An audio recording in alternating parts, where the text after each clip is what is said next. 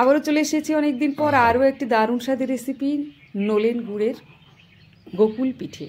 প্রথমে আমি তৈরি করে নিয়েছি মোয়া। এটা বাড়িতেই বানিয়ে ফেলেছি দুধ দিয়ে, খুব সুন্দরভাবে এটা কিন্তু তৈরি করেছি। হালকা একটু সুজি আছে আর 1.5 কিলো দুধ দিয়ে খুব সুন্দরভাবে বানিয়ে নিয়েছি।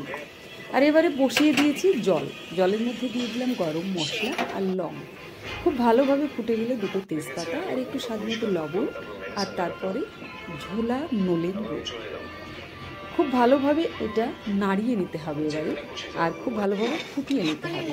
কারণ এই যে সেরাটা তৈরি করলাম, এই সেরার মধ্যেই কিন্তু আমি ভিজিয়ে দেব গোকুল পিঠে। সেই জন্য সেরাটা তৈরি করে সাইডে রেখে দিলাম। এবারে একটা বাটি নিলাম আর তার মধ্যে প্রয়োজন মতো দিয়ে দিলাম ময়দা।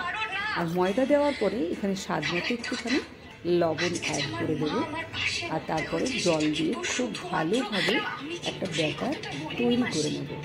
এবারে জল দিয়ে দিলাম প্রয়োজন মতো, আস্তে আস্তে কিন্তু জলটা দিতে থাকতে হবে। একটুখানি আমি গুলিয়ে নিয়ে দেখবো যে আমার হয়েছে কিনা। এবারে আরও একটু জল কিন্তু অ্যাড করে নিলাম, আর এরপরে খুব ভালোভাবে আবার এটা নাড়িয়ে চাড়িয়ে নেব। ব্যাটারটাকে এত সুন্দর তৈরি করে নেব, দেখতেই ভালো লাগবে কিন্তু। আর ব্যাটারটা তৈরি হয়ে গেলে কিছুক্ষণের জন্য এটা রেস্টে রেখে দিতে হবে।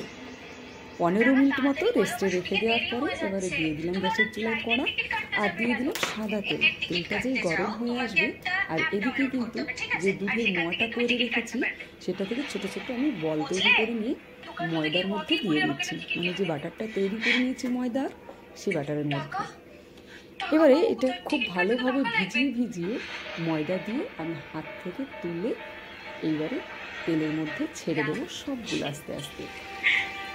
আর এগুলো খুব ভালোভাবে আস্তে আস্তে আমি ভেজে নেব।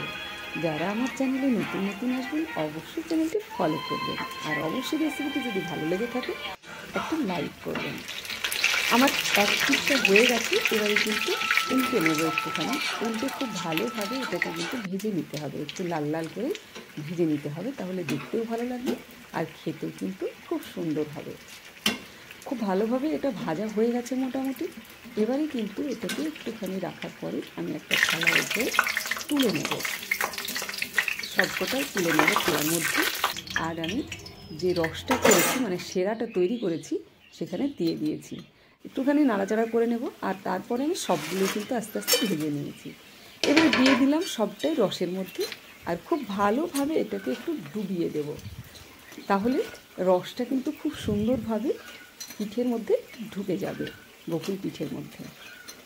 এবার খুব ভালোভাবে নাড়াচাড়া করে কিছুক্ষণ কিন্তু এটা ঢাকা দিয়ে আমি রেখে দেব। আর তারপরে একটা প্লেটে তুলে আমি দেখাচ্ছি এটা এত সুন্দর হয়েছে। তো এবারে একটা প্লেটে আমি কিছুটা তুলে নিয়েছি। দেখুন, অসাধারণ দেখতে হয়েছে, আর খেতেও কিন্তু অসাধারণ। টাটা।